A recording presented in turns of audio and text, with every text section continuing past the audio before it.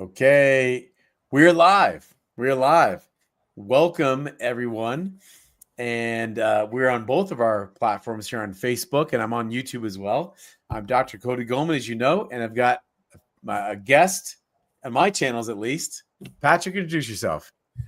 Hi, I'm Patrick Harrington, founder of the Harrington Method, and been working with Cody in various formats and different things over the years. So good brother, and excited to be here. Absolutely. And so we're also, I'm a guest on your Facebook crew, right? And so First live, y'all. First live. That's right. And so we decided to go on live and listen, Patrick, I've been a crybaby about social media. I've been complaining. I've been saying how negative it is.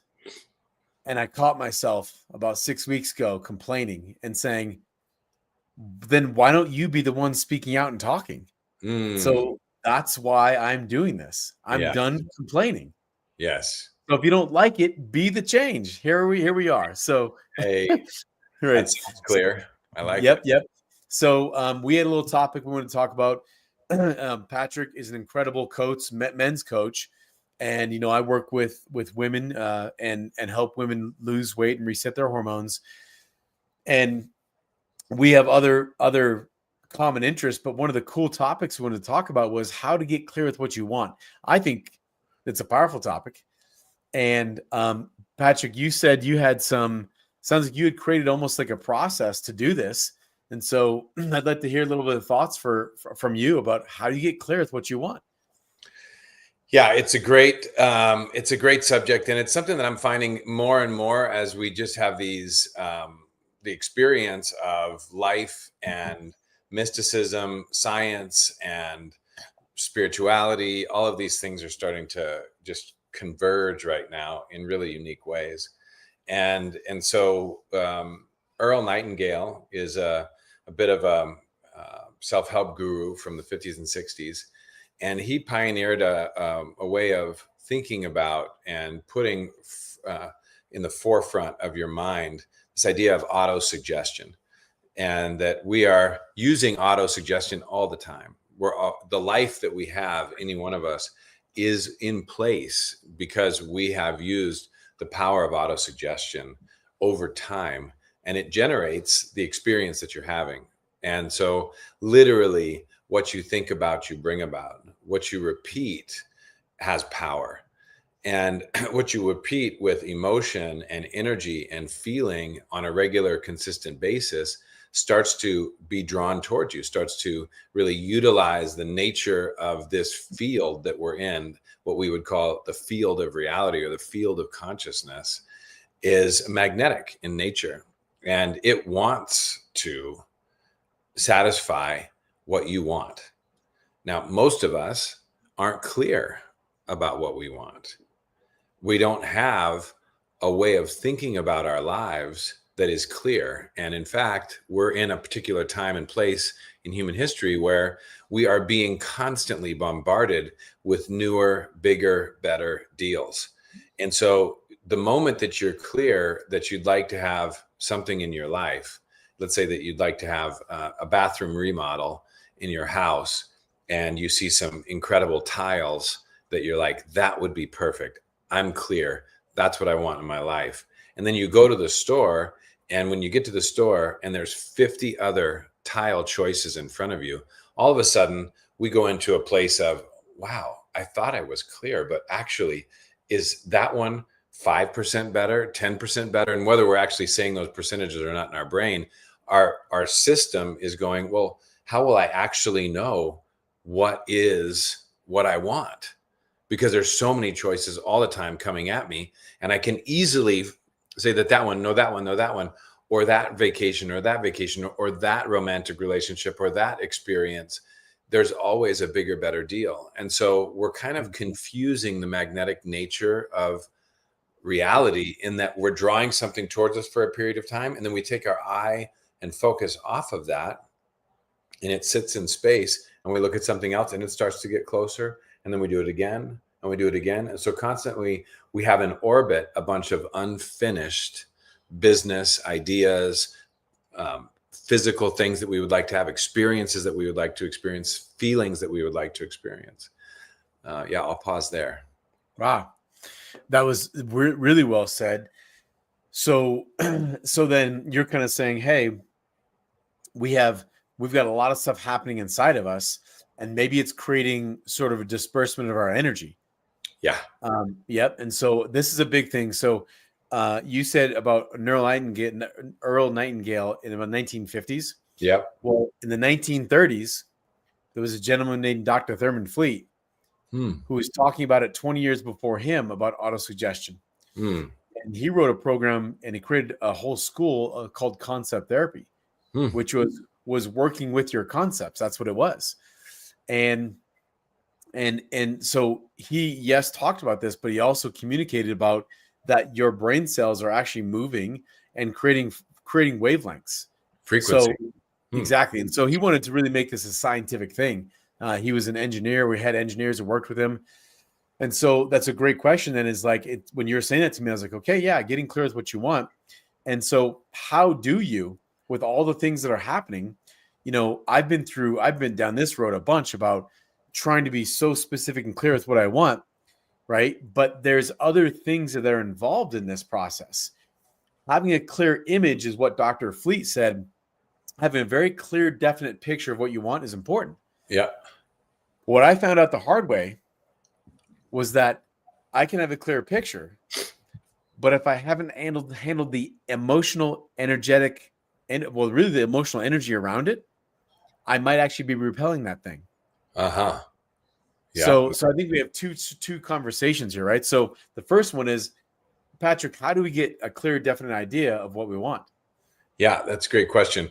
Well, I think that, for a lot of people, there's just such a this is what you do next, this is what you do next, this is what you do next, this is what you do next mentality, that we never really have someone in our life or a situation in our life that actually asks us some pointed questions about what's going on for us and what it is that we're really wanting and why. What's the motivation? I mean, in some ways, we could start pull the lens back even further and say, can someone who is still really working through a lot of their healing, their emotional healing, I think, which is what you're pointing at, do they have a clear picture of what they want? And is that a clear picture based on being someone who is injured, who is hurt emotionally, or traumatized in some way? And so what I've noticed over time in doing healing work and being coached and falling down and standing up many, many times in my life is that as a more whole person, when I would consider myself to be a more whole person, what I would say I want right now is very different than what I would say I wanted at different times in my life, when I would say that I was coming from a more traumatic background or injured or hurt place. And so I think to start with, we just start to look at what heals. What's a path for us to start to heal some of the background challenges and emotional wounds that we have, relationships, things that we have. I think that's a big piece of it. Yeah, I love what you're saying there. So yes, and so let me give you my experience with getting here. This is how I got clear with what I wanted. I started writing down the story of what I wanted. Yeah. I had your brain works deductively and inductively. And so I actually started using both of those methods to implant ideas in my mind. And so first you can start deductively if you want, which means the broad picture.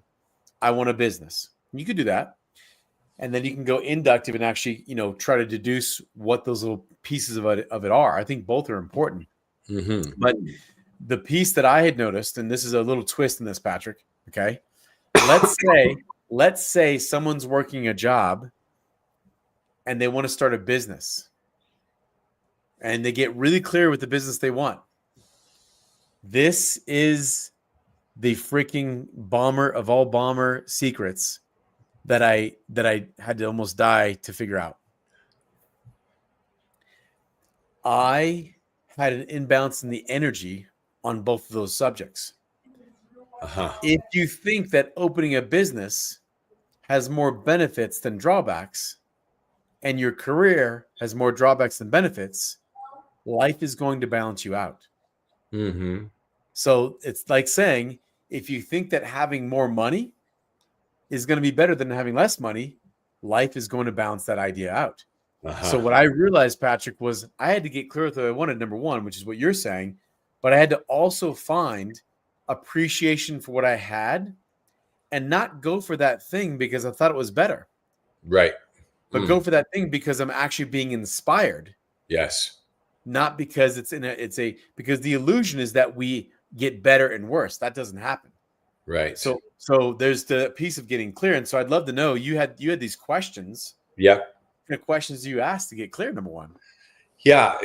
Beautiful caveat there that I think is so true. And that is what I hear you saying is really looking at the intrinsic motivation for why you would be doing something.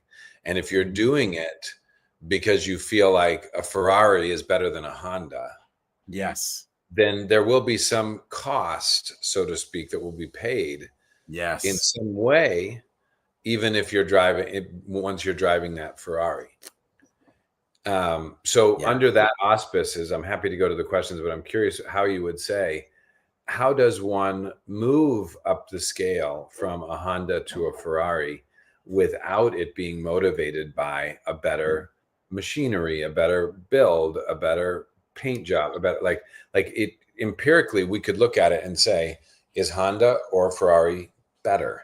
And there are metrics that we could use that are even objective metrics that we say that this is better than this one. And so how does that happen?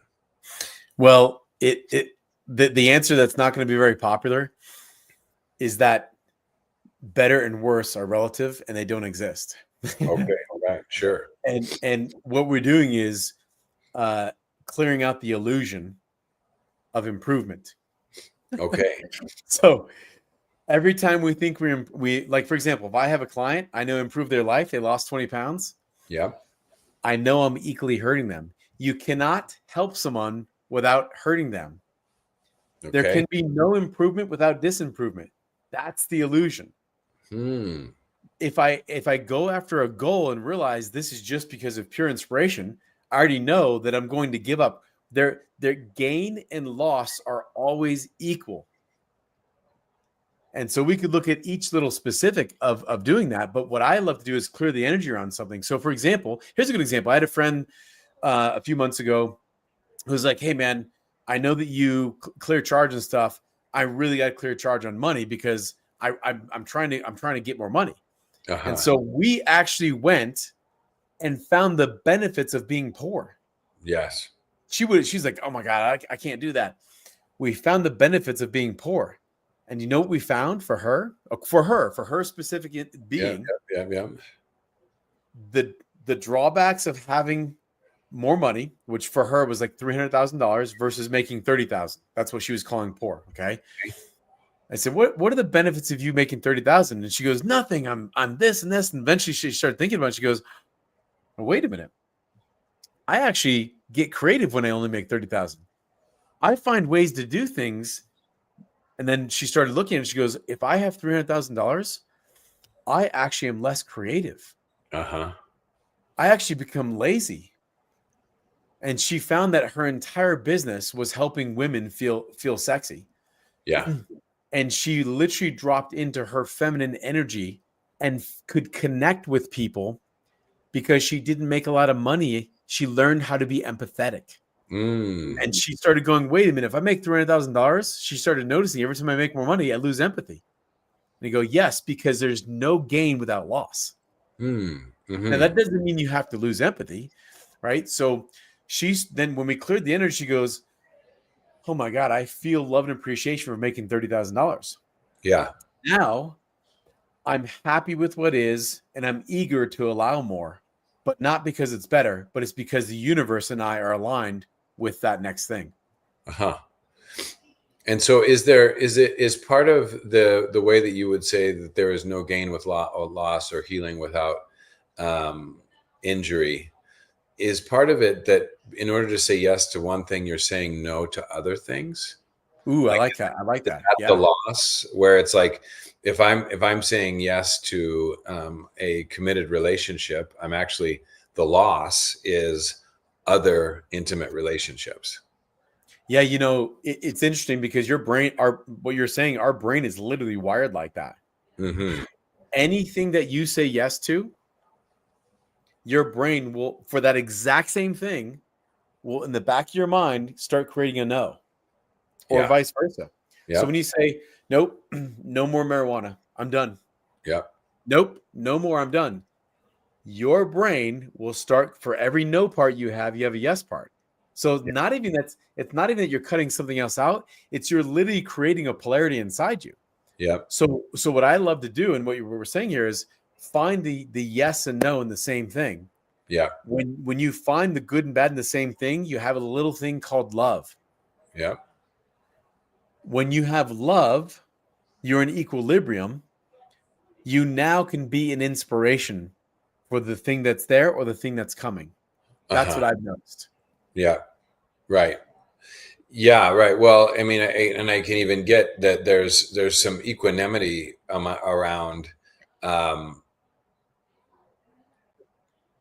I'm making a choice, for example, around marijuana in the moment Mhm. versus I'm a no to this or I'm a yes to this. It's really like almost, I have no, what I hear you saying is really a practice of actually being present in some ways and in the moment, following what feels like the best next thing. Yeah, without running away from the thing you think is not as good as the thing you're going towards. Because how many people have been? I mean, how many thousands have come before us Oh my who God. have gotten the business they wanted and realized this isn't what I thought it was going to be. Yeah. Got the car they wanted. I have a friend who's bought, I don't know how many. It's anywhere from 11 to 12 supercars.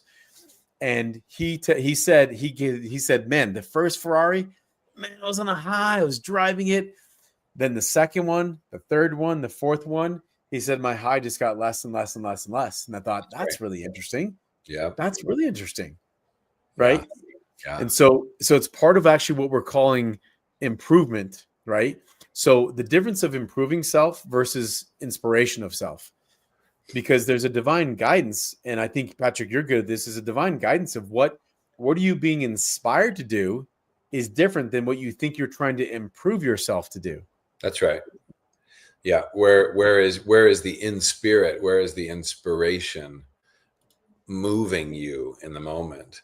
I mean, Yeah. part of it's really interesting. Like, one of the first questions that I ask when we're looking to create this definite chief aim is, if nothing held me back, no fear, no judgment, no limitations, what would I devote my life to? And Mm. so we take out, because so much of our lives are based on money. And number one, does it make me enough? Can I make enough? Or where can I make enough? And that's going to determine what I'm going for. But Mm. part of the thing of getting out of the way and moving towards inspiration is this idea of, what if money were not the problem? What if fear was not the problem? What if judgment or limitations or what you thought somebody else was going to think? What would you choose to do? What would you choose to devote yourself to? And that's really different too. This idea of being devotional Yeah. versus simply in desire of. When Wow. we're devoted to something, such potency. Yeah. You think Yeah. about Mother Teresa or something like that, devoted to children and devoted to the folks that were sick and alleviating suffering. The devotion meant that she would give her life for it. And so that's a Mhm. context that most of us are not used to asking. Most of us grew up hearing, what do you want to be when you grow up? What do you want to do? What job do you want to do? And the idea of being devotional is one that, to me, takes the lid off of really what's possible for a human being. The Mm. potential of someone starts to get scratched when we think about devoted to. Yeah. That's big. That's a big distinction, I think. Yeah. That's a big distinction. And I think that's where we're really kind of going with all this. I love that question that you asked.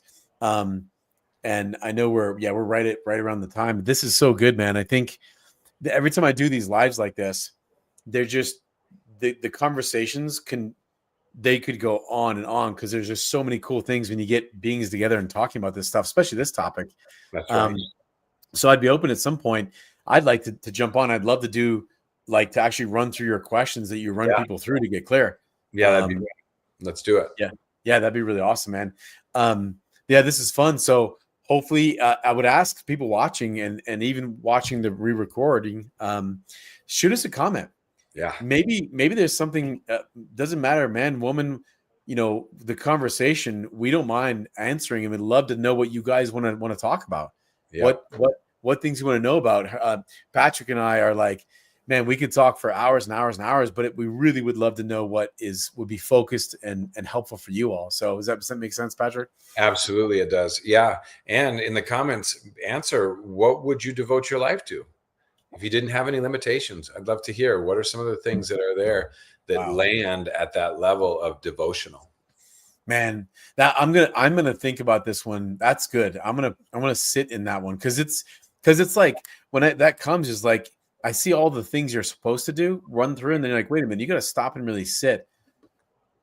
What do I devote myself to, right? To really feel that. I love that question, man. I want to hear more. So let's do this again. Sounds great. Thanks, Cody. All right, brother.